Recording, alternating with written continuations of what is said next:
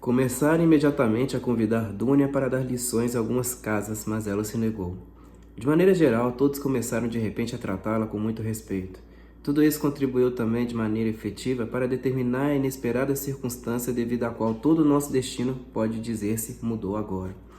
Fica sabendo, querido Rodka, que Dunia arranjou um noivo e que já lhe deu sim, o que me apresso a te comunicar. E embora tenhamos tratado de tudo sem te consultar, espero que não nos censures, nem a mim nem a tua irmã, pois, como tu mesmo verás, não podíamos aguardar nem adiar tudo enquanto esperávamos a tua resposta. E tu de longe também não podias avaliar as coisas com exatidão. Eis como tudo aconteceu. Ele é o conselheiro da corte, Piotr Pietrovich Lutin, que deve ser também parente afastado de Marfa Petrovna, a qual desempenhou um grande papel em tudo isso. Ele começou por fazer-nos saber, por intermédio dela, que tinha muita vontade de nos conhecer. Nós o recebemos conforme mandam as regras da educação. O convidamos para tomar café, e no dia seguinte ele nos escreveu uma carta na qual expunha sua intenção em termos muito delicados, pedindo-nos uma resposta rápida e definitiva. É um homem prático e cheio de ocupações que está às vésperas de partir para Petersburgo, por isso cada minuto lhe é precioso. É claro que nós, a princípio, ficamos muito desorientadas, pois tudo isso aconteceu de modo muito rápido e inesperado. Ficamos refletindo durante todo aquele dia. Trata-se de um homem respeitável que ocupa uma boa posição, desempenha duas funções ao mesmo tempo e possui bens. É verdade que tem já 45 anos, mas tem boa apresentação e ainda pode agradar às mulheres. E além disso, é um homem muito sério e distinto. É apenas um pouco carrancudo e orgulhoso, mas pode ser que tudo isso seja uma primeira impressão. E peço-te, querido Rodka, que quando te encontrares com ele em Petersburgo, o que se dará muito em breve, não julgues levianamente nem apaixonadamente, como costumas fazer com tudo, se à primeira vista houver nele qualquer coisa que não te agrade. Digo isso apenas por cautela, pois estou convencida de que ele há de te causar boa impressão. Além do que, para conhecer uma pessoa, seja ela quem for, é preciso que sejamos prudentes e discretos, a fim de não incorrermos em erros nem em juízos precipitados, que depois são difíceis de desfazer e retificar. Mas Piotr Pietrovich, pelo menos segundo muitos indícios, é uma pessoa muito digna. Na sua primeira visita, mostrou-nos logo que é um homem sensato, apesar de em muitos pontos partilhar, segundo ele próprio disse, das ideias das nossas novíssimas gerações e é inimigo de todos os preconceitos. Disse ainda mais coisas porque parece um pouquinho vaidoso e gosta muito que lhe deem atenção, o que no fim das contas não é um defeito. Eu, é claro, não entendi muita coisa, mas Dunia explicou-me que, embora não muito culto, ele é um homem bastante inteligente e, segundo parece, bondoso. Já conheces o caráter da tua irmã, Rodka. É uma moça firme, discreta, resignada e generosa, embora de coração ardente, conforme já observei várias vezes. Não há dúvida de que nem pelo lado dela, nem pelo dele existe amor, mas, além de ser uma moça inteligente, Dunia é uma criatura digna e há de considerar como seu dever fazer o marido feliz, e ele, por sua vez, procurará fazer a felicidade da esposa, e, em última análise, até agora não temos grandes motivos para duvidar disso. Apesar da precipitação, reconheço com que esse assunto se resolveu. Além disso, ele é um homem sensato e prudente, e com certeza há de compreender que a sua felicidade conjugal será tanto mais segura quanto mais feliz ele tornar Dunietka. E supondo que existisse alguma desigualdade de caráter, alguns velhos costumes e até algum desacordo nos pensamentos, o que é impossível evitar até nos casamentos mais felizes, Dunietka já me disse a propósito disso, que confia em si própria, que não me preocupe com isso, e que é capaz de suportar muito, com a condição de que as relações posteriores sejam honestas e justas. O aspecto exterior dele engana muito. No princípio me parecia um bocadinho seco, mas isso pode ser devido à natureza franca dele, e com certeza que é. Por exemplo, na sua segunda visita, depois de ter obtido o consentimento, disse que mesmo antes de conhecer Dunia, já tinha a intenção de se casar com uma moça honesta, mas sem dote, e que já tivesse também conhecido a pobreza, porque conforme nos explicou, o marido não deve sentir-se obrigado perante a mulher, e que é preferível que a mulher considere o marido como um protetor. Acrescento que ele se exprimiu em termos mais delicados e afetuosos do que estes que usei aqui, porque esqueci as suas próprias palavras e apenas retive a ideia. E além do mais, isso foi dito por ele sem premeditação ou entusiasmo na conversa. E a prova é que depois se esforçou por desculpar-se e suavizar suas palavras, mas mesmo assim me pareceu um pouco brusco, o que disse logo a Dunia. Mas Dunia me respondeu até com uma ponta de aborrecimento, que do dizer ao fazer vai uma grande distância, e com certeza ela deve ter razão. Antes de decidir, Dunietka passou uma noite inteira em claro e, julgando que eu já estava dormindo, levantou-se da cama e começou a dar voltas no quarto. Por fim, ajoelhou-se e pôs-se a rezar com muito fervor diante da imagem, e na manhã seguinte me disse que estava decidida. Eu te disse há pouco que Piotr Petrovich está para ir a Petersburgo de um momento para o outro. Tem aí muitos negócios e pensa em abrir um escritório de advocacia. Há algum tempo que se ocupa com diversas demandas e processos e ainda há alguns dias ganhou uma causa importante. Entre outras coisas, tem de ir agora a Petersburgo porque tem um assunto importante para tratar no Senado. Por isso, querido Rodica, também poderá te ser muito útil em alguma coisa. E eu, de acordo com Dunia, resolvi que a partir de hoje mesmo deves começar sem falta a tua carreira e considerar a tua felicidade garantida. Oh, se isso se realizasse, seria tão conveniente, tão grandioso, que não teríamos outro remédio senão considerá-lo como uma graça que o Todo-Poderoso nos concede. Dunia não pensa senão nisso. Já nos atrevemos a dizer alguma coisa sobre isso a Piotr Petrovich. Ele se exprimiu com muito tato e disse que, sem dúvida, já que ele não pode deixar de ter um secretário, seria melhor naturalmente pagar um ordenado a um parente do que a um estranho, desde que se mostrasse apto para desempenhar um emprego, pois não, que não seria apto, mas ao mesmo tempo exprimiu suas dúvidas sobre se os teus estudos na universidade te deixariam tempo para trabalhar no seu escritório. Dessa vez deixamos a coisa por aí, mas agora Dunia não pensa senão nisso. Há alguns dias que ela anda entusiasmada com o projeto de que tu has de ser depois o camarada e companheiro de Piotr Petrovich nos seus trabalhos de advocacia, ainda mais que tu estudas precisamente na faculdade de Direito. Eu lhe dou toda a razão e partilho de todas as suas ilusões e projetos, Rodica, pois acho-os muito verossímeis e, apesar da reserva, muito compreensível que até agora Piotr Petrovich tem mantido, pois ainda não te conhece. Dunia está firmemente convencida de que há de conseguir tudo com a sua influência sobre o futuro marido. É claro que evitamos falar a Piotr Petrovich sobre esses novos sonhos para o futuro, e o principal é que venhas a ser o seu companheiro. Ele é um homem ajuizado e com certeza não acharia graça dessas coisas, poderiam parecer simples devaneios. Seja como for, nem eu nem Dunia lhe dissemos ainda. Seja como for, nem eu nem Dunia lhe dissemos ainda. Seja como for, nem eu nem Dunia lhe dissemos ainda uma palavra a respeito da nossa firme esperança de que ele vai nos ajudar a arranjar o dinheiro necessário para ti enquanto estiveres na universidade. E não lhe dissemos nada, porque isso, em primeiro lugar, seria coisa para conseguir com o tempo, e ele com certeza não há de oferecer sem palavras supérfluas. Era o que faltava, que ele recusasse isso a Dunia. Tanto mais que tu poderás ser o seu braço direito do escritório e receber esse auxílio, não como uma dádiva, mas como um ordenado ganho por ti. É assim que Dunia quer preparar as coisas e eu estou completamente de acordo com ela. Em segundo lugar, também não lhe falamos porque eu quero que, quando se virem pela primeira vez, se possam tratar de igual para igual. Quando Dunia falou de ti com entusiasmo, ele respondeu que a princípio uma pessoa tem de ver a outra de perto para poder julgá-la e que até que te conhecesse, não podia partilhar da opinião de Dunia a teu respeito. Ouvi uma coisa, meu querido Rodica. Me parece, a julgar por essas coisas que imagino, que aliás não dizem respeito a Piotr Petrovich e são antes veleidades pessoais até talvez próprias da velhice, que talvez fosse melhor continuar vivendo sozinha, como vivo agora, do que ir viver com eles quando se casarem. Estou absolutamente convencida de que ele será tão grato e delicado que há de me convidar e propor que não me separe da minha filha, e que se até agora ainda não tocou nesse ponto, é porque como pensa fazê-lo, nem vê necessidade de falar nisso. Já por mais de uma vez tenho observado que os genros não sentem grande simpatia pelas sogras, e eu não quero, de maneira nenhuma, ser um fardo para ninguém, como também quero viver à minha vontade enquanto contar com um pedaço de pão e com filhos como tu e Dunietka. Se for possível, irei viver próximo dos dois, porque Rodica deixei o melhor de tudo para o fim da carta. Fica sabendo, meu querido, que talvez muito em breve tornemos a nos reunir todos outra vez e a nos abraçar depois de uma separação de quase 3 anos. Já está firmemente resolvido que eu e Dunia iremos a Petersburgo, embora eu não saiba ainda ao certo a data, mas seja como for, muito em breve, talvez daqui a uma semana. Tudo depende do que Piotr Petrovich resolver. Assim que os seus assuntos estiverem resolvidos em Petersburgo, nos comunicará. Por certos motivos, ele deseja acelerar o máximo possível a cerimônia do casamento e quer que este se realize ainda este mês, e se não puder ser assim tão rapidamente, que seja logo após a Assunção. Oh, como serei feliz quando puder te apertar contra o meu peito. Dunia está cheia de alegria com a ideia de te ver, e uma vez disse por graça que só por isso vale a pena se casar com Piotr Petrovich, meu anjo. Agora ela não te escreve, mas me encarrega de te dizer que tem muita necessidade de falar contigo, muita mesmo. Tanto é que não consegue nem pegar a pena, porque em poucas linhas não é possível dizer nada e só conseguimos ficar mais confusos. encarrega-me também de te enviar um abraço muito apertado e muitos beijos. E apesar de que é possível que nos vejamos daqui a uns dias, vou te enviar o dinheiro, o máximo que puder.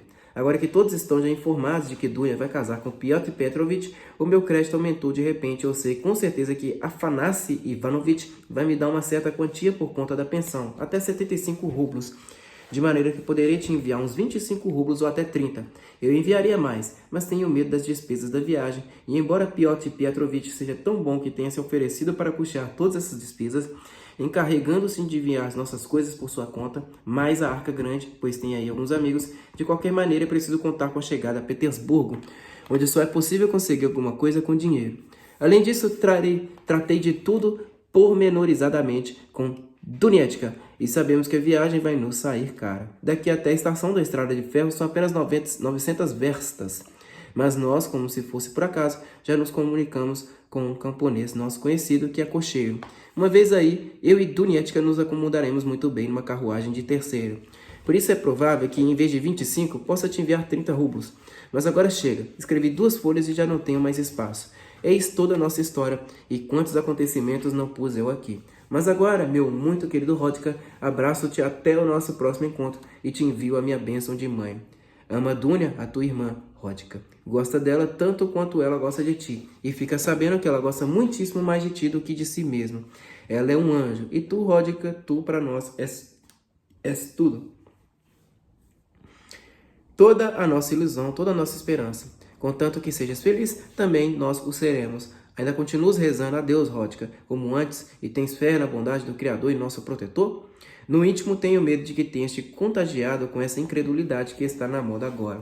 Se isso aconteceu, eu rezarei por ti. Lembro-me, meu filho, como desde criança, ainda em vida de teu pai, balbuciavas as tuas orações sentado nos meus joelhos e como todos ríamos felizes. Então, adeus, ou melhor, até logo. Um abraço apertado, muito apertado e muitos beijos. Tua até a morte.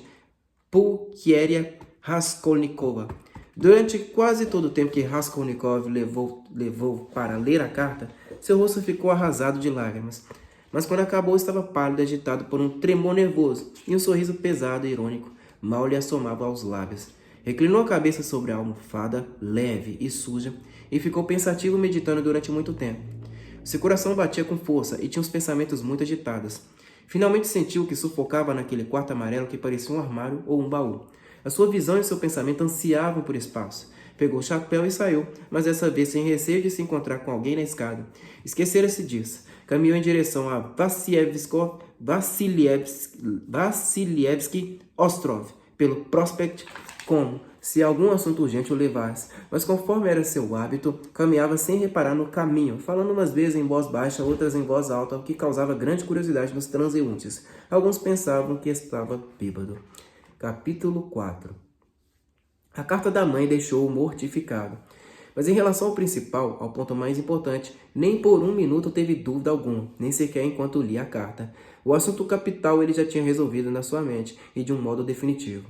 Enquanto eu for vivo, esse casamento não há de se realizar, e esse tal de senhor Ludin que vá para o diabo. Literalmente, empossado, de luja, poça d'água. Não há dúvidas, murmurava para consigo sorrindo e festejando de antemão com altivez o êxito da sua resolução. Não, Mamatcha, não, Dunia, a mim vocês duas não enganam. E, além disso, sentem-se culpadas por não terem pedido o meu conselho e terem decidido o assunto sem mim. Não faltava mais nada. Elas imaginam que já não é possível desfazer o arranjo, mas vão ver se é possível ou não. O argumento é forte, é um homem ocupado. Esse Piotr Petrovich tão ocupado que não pode se casar senão num trem, para não dizer num vapor. Não, Dunietka, eu vejo isso tudo e bem percebo por que tens de falar muito comigo. Também sei sobre o que estiveste meditando toda a noite, passeando pelo quarto, e o que pediste a Nossa Senhora de Kazan, que a mamãe tem no quarto. Mas a subida ao Calvário custa. Definitivamente decidida. Estás muito satisfeita porque vais casar a Avdotya Romanovna com um homem ativo e prudente, que possui bens, que já possui bens, o que é mais sério e importante, que desempenha 2 funções e partilha as convicções das nossas novíssimas gerações, conforme a mamãe escreve. E segundo parece, é boa pessoa como a mesma Dunia pensa. Este segundo parece é o melhor de tudo. E essa Dunietka vai casar-se por esse segundo parece. Magnífico, magnífico. No entanto, é curioso, por que mamãe me escreveu falando das nossas novíssimas gerações? Terá sido simplesmente para me indicar uma característica desse homem ou com alguma outra intenção, a de me tornar simpático esse senhor Ludwig? Que espertalhonas, perdão. Também seria curioso esclarecer outro pormenor. Até que ponto as duas foram sinceras entre si naquele dia e naquela noite a que alude e ainda depois? Teriam verdadeiramente chegado a pronunciar palavras ou teriam compreendido uma a outra naquele dia e naquela noite unicamente pelo coração e pelo pensamento, de maneira que não chegaram a dizer nada por considerarem desnecessário? Provavelmente foi assim em parte. Da carta se deduz que ele pareceu um pouco brusco com a Mamacha, e a ingênua da Mamacha deve ter insinuado a Dunia os seus comentários. A outra naturalmente não gostou de ouvi-los e respondeu um aborrecimento. Não faltava mais nada. Quem não ficaria aborrecido quando o assunto é compreensível sem necessidade de perguntas ingênuas e quando já está resolvido de maneira que já não há nada a acrescentar?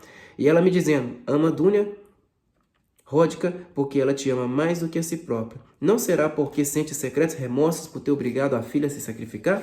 Tu és a nossa esperança, tu és tudo para nós, ó Mamacha. A cólera apoderava-se dele cada vez com mais intensidade, e se tivesse encontrado o Sr. Ludwig naquele momento, eu poderia tê-lo assassinado. Lá isso é verdade, continuou seguindo o turbilhão das ideias que se agitavam no seu pensamento. Lá isso é verdade, é preciso proceder gradualmente e com tato para se conhecer uma pessoa, mas o Sr. Ludwig não pode ser mais claro. O mais importante é que é um homem prático e, segundo parece, boa pessoa. Não dá vontade de rir isso de ele ter se comprometido a custear as despesas da bagagem da Arca Grande? Um homem assim não é bondoso? E as duas, a noiva e a mãe, contrataram um camponês e farão um trajeto numa carroça coberta com um toldo. Eu já viajei assim. Não, são apenas 90 verstas e depois nos acomodaremos muito bem numa carruagem de terceira. 1000 verstas. Está muito bem. Corta-se a capa conforme o pano. Que diz sobre isso, Sr. Ludwig? Olhe que se trata da sua noiva. E o senhor não sabia que a mãe teve de pedir um adiantamento sobre a sua pensão para essa viagem?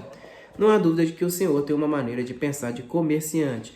O senhor considera isso como uma empresa em que há duas partes que devem participar nos lucros nas mesmas proporções e, portanto, também nos gastos. O pão e o sal juntos, mas o tabaco à parte, conforme diz o provérbio.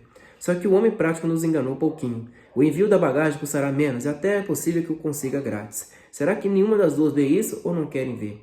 O certo é que estão contentes e pensam que o melhor ainda está para vir. Eis aqui o essencial, que não é a avareza nem a tacanhez o caráter de tudo isso. Será esse o tom que ele vai usar depois do casamento? Pode-se prever desde já. E afinal, por que Mamacha se propõe a fazer essas loucuras? Como é que vai se apresentar em Petersburgo? Com 3 rublos de prata ou 2 notinhas, como diz essa velhinha? E com que pensa então em viver em Petersburgo? Porque ela já deve ter compreendido que não será possível viver com Dunia depois do casamento, nem sequer no princípio. Esse tipo tão simpático, com certeza já deixou escapar alguma coisa. Deve ter dado a entender quem é, embora Mamacha tape os olhos com as 2 mãos quando diz, nem também consentiria eu.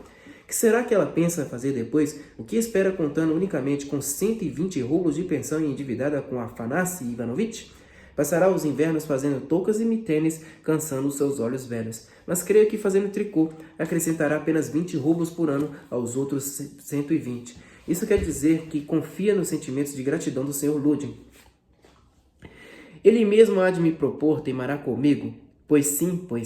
O que acontece sempre a essas boas almas românticas. Vestem as pessoas com pena de pavão até o último instante e contam com o bem e não com o mal.